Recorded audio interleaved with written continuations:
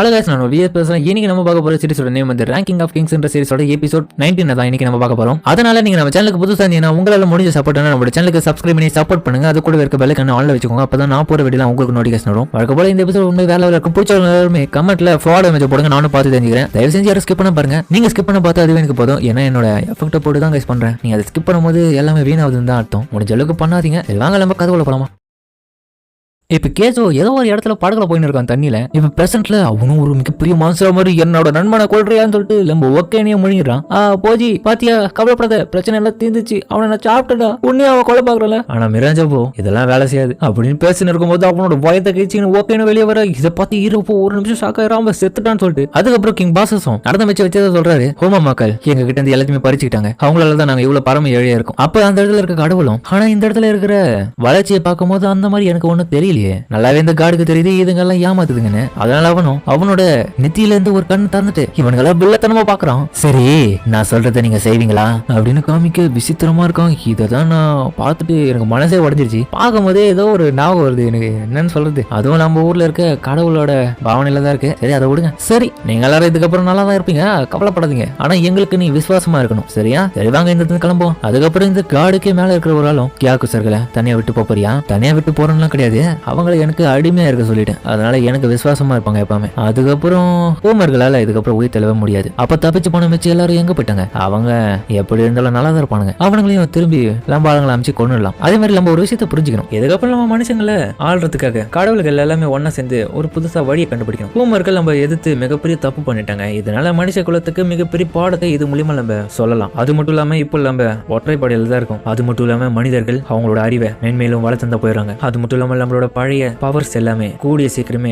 காலியாக போகுது. அதனால இதுக்கப்புறம் நம்ம கண்டிப்பா தொடர்ச்சியா ஆதிக்கம் செலுத்தி ஆகணும் மனிதர்கள் மேல அப்படின்னு அவனும் சொல்ல. அதுக்கப்புறம் இப்ப பிரசன்ட்ல அதுக்கப்புறம் என்ன ஆச்சுன்னு சொல்லிட்டு இவங்கிட்ட கேட்க ஹோமர்கள் என்ன ஆனாங்கன்னா பிளாஷ்பேக்ல அந்த பிரச்சனை எல்லாம் முடிஞ்ச பிறகு நம்ம கிங் பாசஸும் அப்பயே வந்து பாத்துருப்பான். என்னாச்சு இவளுக்கு அப்படின்னு சொல்லிட்டு பார்க்க முகத்துல எல்லாம் தோலை பிச்சு போட்டு வச்சிருக்கானுங்க. மனசே உடஞ்சிடுது. நீங்களாம் இது பண்றதுல துளி அளவு மனசுல வருத்தமே கிடையாதுல உங்களுக்கு. உங்க யாரையும் நான் சும்மா விட மாட்டேன்னு சொல்லிட்டு அதுக்கப்புறம் அந்த ஊர்ல இருக்க ஒவ்வொருத்தர் தேடி தேடி கொள்றான். அவங்க கண்ணுக்கு முன்னாடி சின்ன குழந்தை வயசானவங்க பாவம் பாக்குற கதையை கிடையாது எல்லாருமே போட்டு சொல்லிட்டு கடைசியா இப்படியும் உயிரோட எப்படி இதை வெட்டு வைக்கிறது? இந்த நிலைமையில இருந்தாலும் கஷ்டப்படுவான்ற ஒரே நோக்கத்துக்கு அவளை கொல்லலாம் பார்க்க. ஆனா மனசு கேட்காம திரும்பி உயிரோட நல்லபடியா கொண்டு வரணும்ன்ற நோக்கத்துக்காக அந்த இடத்துல கிளம்பி கூட்டின்னு போறான். ஒரு மருத்துவர்கிட்ட அப்புறம் எட்டு போய் கூட ஆஹா இவளோட நிலைமை ரொம்ப மோசமா இருக்கு, எப்படி இந்த மாதிரி பண்ணிருக்காங்க? மனசுல ஈவு இறக்கமே இருக்காது அவங்களுக்கு. சரி நீ இதை பயன்படுத்தி அவளை சரி பண்ணு. ஓகே நான் பண்றேன். அதுக்கப்புறம் அவள் சரி பண்ண. நான் மிரஞ்சவை குணப்படுத்துறதுக்கான காரணமே திருப்பியும் அவளோட முகத்துல சந்தோஷத்தை நான் பார்க்கணும். அதுக்காக அவ கூட நான் ஒன்னா வாழ ஆரம்பிச்சேன். அவளுக்கு துரோகம் பண்ண, காயப்படுத்தின ஒவ்வொருத்தரையும் நான் சும்மாவே விட மாட்டேன். ஓ இதனாலதான்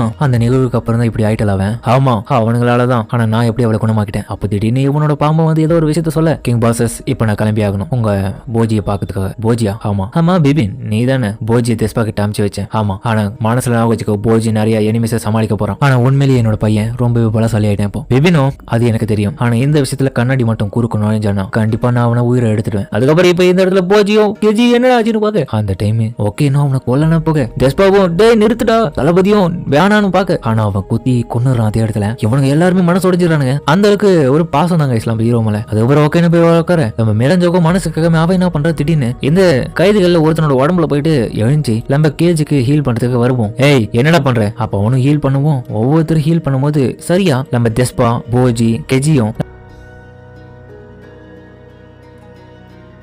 நம்ம மிராஞ்சாவோட நினைவுக்குள்ள போறாங்க. இப்ப இவங்க பார்த்தா ஏதோ ஒரு இடத்துல இருக்கு. என்ன இடம் சொல்லிட்டு பாக்கவும் கேஜி பார்த்தா அம்மா அம்மான்னு கத்தின்னு இருக்கான். நான் நம்ம கேஜ். அப்ப அந்த சைடு அவங்க அம்மாவும் கேஜ் வாழ இந்த சைடு அம்மா உனக்கு காத்துன்னு இருக்கேன். தெஸ்பாவும் இதுதான் கேஜோட அம்மாவா? அவங்க தான் இறந்து போயிட்டாங்களா? அப்பனா நம்ம வாழ்க்கைக்கும் சாவுக்கும் இடையில இருக்கிற உலகத்துல இருக்குமா? அப்ப நான் சேர்த்துட்டா சேர்த்து வச்ச காசெல்லாம் வீணாக போச்சு அப்படின்னு இவன் பழமின்னு இருக்கேன். சீக்கிரம் வா கேஜ்னு இவங்க சொல்லவும் நம்ம கெஜியும் அந்த இடத்துக்கு போகிறதுக்காக ஒரு போட்டு மூலியமா அவனு போக இவன் போறதை பார்த்து தெஸ்பாவும் ஆஹா அந்த சைடு போன திரும்பி உயிரோட திரும்ப மாட்டாங்க. அந்த சைடு ஒரு மரணத்துக்கான வாயில் தான். கேஜ் அந்த சைடு போவாதான்னு சொல்லிட்டு இவனுக்கு கதற. அம்மா இருங்க வரேன். ஆஹா என்ன நம்ம சொல்றது கேட்க மாட்டேன் அப்படின்னு சொல்லிட்டு இவனுக்கு பார்க்க ஹீரோ முன்னோக்கி போய் அவனை பிடிக்கலான்னு பார்க்கவும் ஏதோ ஒரு சுவர் மாதிரி தடுக்குது. ஆஹா என்ன இது ஏதோ சுவர் மாதிரி இருக்கு. அப்பனா கண்டிப்பா இது மரணத்துக்கு முன்னாடி இருக்கிற யாரோட நினைவுகள். கண்டிப்பா அந்த ஹீல் பண்ணாலே மிராஞ்சோ. இப்ப நம்ம மிராஞ்சோட நினைவுல தான் இருக்கும்னு சொல்லிட்டு இவங்க பார்க்க கேஜ் வாடான்னு சொல்லிட்டு இவங்க அம்மாவை கூப்பிட்டு இருக்க. இவனும் முன்னோக்கி போகும்போது இவனோட போட்டை யாரும் இழுக்கிறாங்க. ஏய் என்ன சாகட்டுக்கு ஆசைப்படுறியா? ஆமா யார் நீ? எதுக்காக போட்டை இழுக்கிற? நான் என்னோட அம்மாவை பார்த்து போனோம். முட்டாள் இப்ப நீ திரும்ப போயிட்டு நான் வர மாட்டேன். இவனுங்கெல்லாம் பார்த்து சாக வராங்க. என்னது மிராஞ்சோவானு? யார் நீ? போஜி இன்னொரு பக்கம் கதறான். அப்பதான் அவனுக்கு ஒரு விஷயமே புரியுது. ஆமா,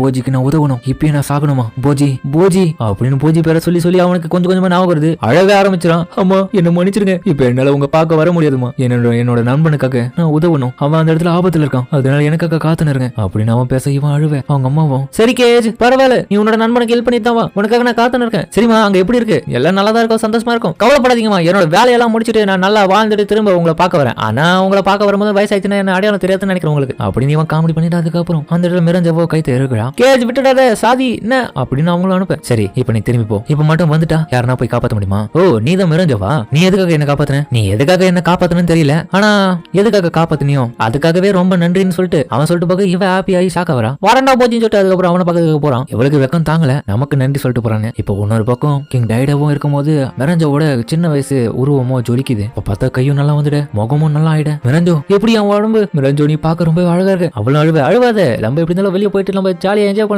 அப்ப அவளும் பார்த்து திடீர்னு மாதிரியே மிரஞ்சோ எங்க போற என்ன விட்டு, கவலைப்படாத கண்டிப்பா நான் திரும்ப வருவேன். திரும்ப வருவியா, சரி அதுக்காக நான் வெயிட் பண்ண கட்டாயம் வருவேன்னு சொல்லிட்டு அதுக்கப்புறம் அவங்க மாதிரியே அதுக்கப்புறம் பார்த்தா இப்ப அவங்களோட நினைவுல அவங்களோட அம்மாவும் கூடவே நம்ம ஹீரோவோட அம்மாவையும் பாக்குறாங்க. அதுக்கப்புறம் பார்த்தா இப்ப ரெண்டு தலை பாம்பான அவனும் வந்திருக்கான். ஆஹா ஹெல்லிங்க நான் எப்படி கூப்பிடுறது, இதுல ஈலும் பண்ண முடியாது, சாகர் நிலைமையில இவங்களை பார்த்துன்னு இருக்கேன். இன்னொரு பக்கம் ஓகேன்னு இதை வேடிக்கை பார்க்கும்போது அவனுக்கு வயிறு பயங்கரமா பசிக்குது. அதனால அந்த இடத்துல முன்னோக்கி இவங்களை அட்டாக் பண்ண வர ரெண்டு தலை பாம்பு தயாரா இருக்க அட்டாக் பண்ண. அப்ப இவனையே இவன் அட்டாக் பண்ண அடுத்த நிமிஷமே இவனோட ரத்தத்தை குடிச்சு சாப்பிடுறான். அப்ப அதுக்கப்புறம் அவனும் அந்த இடத்துல ரத்த தாகத்தோட ஏஞ்சிக்க கழுத்தை வெட்டலான்னு போகும்போது யாரோ ஒருத்தங்க இவனோட பாடியவே ரெண்டா பழகுறாங்க. பார்த்தா நம்ம பிபின் தான். எவ்வளவு தெரியும், அவன் மேல கைய வச்ச உணவு தடவை ஒன்னு பீஸ் பீஸா வெட்டிட்டு வேண்டாம். அதுக்கப்புறம் இந்த பிக் ஃபோரும் வந்துறாங்க. ஆனா ஓகே தான் இமோர்டாலிட்டி வச்சிருக்காங்க, அதனால திரும்பி உயிரோட வந்துறேன். இவன் இமோர்டல், என்னதே இமோர்டலா, இவனை அழிக்க முடியாதுதான் நம்மளோட வேலை, அவன் திரும்பி ஏஞ்சிக்காத மாதிரி அடைக்கணும், நம்மளோட திறமையை காமிப்போம். அதுக்கப்புறம் ஏப்ஸும் மிரஞ்சோவை பார்க்க என்ன மிரஞ்சோ அவங்க எங்க போயிட்டாங்க. இன்னொரு பக்கம் அக்ரோவும் போஜி அவருக்கு ரத்தம் அதிகமா பண்ணி இருக்கு, எப்படி நம்ம குணப்படுத்த போறோம். ஆனா ராணி எலிங்கால இப்போ குணப்படுத்த முடியாதே, அவங்களுக்கு பவர் இல்ல. விபினும் கவலைப்படாதீங்க, நம்ம கட்டாயமா இவனை மட்டும் தொடுத்துட்டோம், ஒரு நபரால இங்க வந்து ஹீல் பண்ண முடியும் எல்லாரையும். என்னது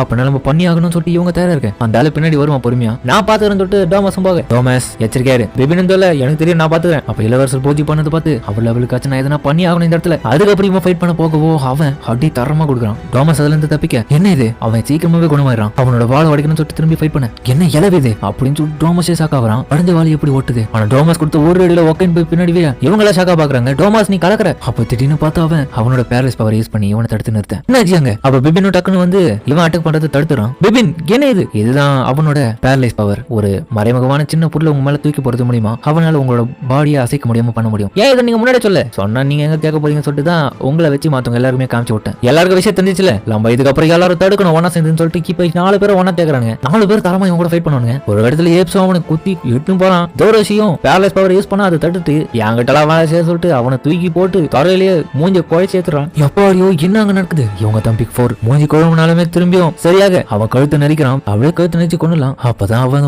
ஓகே கொஞ்சம் கொஞ்சமா சுயநினைவுக்கு வந்துட்டு பிளாஷ்பேக்கை யோசிச்சு பாக்குறான். தம்பி கவலைப்படாத, நீ இப்ப வேணா பலவீனமா இருக்கலாம், கண்டிப்பா இப்போதைக்கு ஓய்விடு, அது வரைக்கும் உன்னோட எதிரிகளோட சக்தியை புரிஞ்சுக்கின்னு அவங்களுக்கு ஏத்த மாதிரி சண்டை போடு, அதனால விட்டு கொடுக்காது தம்பி, முடிஞ்ச அளவுக்கு முயற்சி பண்ணு. உன்னை எத்தனை பேர் தோக்கடிக்க நினைச்சாலும் கண்டிப்பா அதெல்லாம் நடக்காது, ஏன்னா நீ கத்துக்கின கலைகளே வேற, அது உன்னை காப்பாத்தும் அப்படின்னு பயவுள்ள நம்ம தெஸ்பா தான் அட்வைஸ் கொடுத்துருப்பான். அப்பயே தான் அண்ணன் தெஸ்பா சொன்ன விஷயத்தை யோசிச்சு பார்த்து இப்ப அப்படியே தோரசியை தூக்கி நிக்கிறான். அவன் நிக்கும் போது தெஸ்பாவும் ஓகே கண்டிப்பா கவலைப்படாத, இதுக்கப்புறம் உனக்கான ஆற்றல் கிடைக்கும், அந்த சக்தியை பயன்படுத்தி தான் உன்னால முன்னோக்கி உன்னோட எதிரிகளை வீழ்த்த முடியும், ஏன்னா நீ தான் அண்டர்வேர்ல்டோட தளபதி ஓகே அப்படின்னு சொல்லியிருப்பான். ஒத்தாளா இருந்து எல்லாரையும் சமாளிச்சிருப்பான். இப்ப அமைதியா அவனை யோசிச்சு பார்த்துருக்க. அதுக்கப்புறம் இவனுங்கெல்லாம் ஒன்னா சேர்ந்து அட்டாக் பண்ணலாம் வர ஓகேன்னு விட்டு கொடுக்காம இப்போ அவன் தரமா 4 பேரை சமாளிக்கிறான். சுவாட பயன்படுத்த இன்னொரு பக்கம் பேரலைஸ் பயன்படுத்தி தடுத்து நிறுத்துறான். ஒவ்வொருத்தரையும் எல்லாருமே தயங்கவும் நம்ம ஏப்ஸ் மட்டும் இல்ல விட்டு கொடுக்காதீங்க, நம்ம தான் பிக் ஃபோர், அதனால எல்லாருமே விட்டு கொடுக்காம கடைசி பேருக்கு நாங்க விட்டு கொடுக்காம போராடுவோம் அப்படின்னு அவனுங்க அடிக்க போக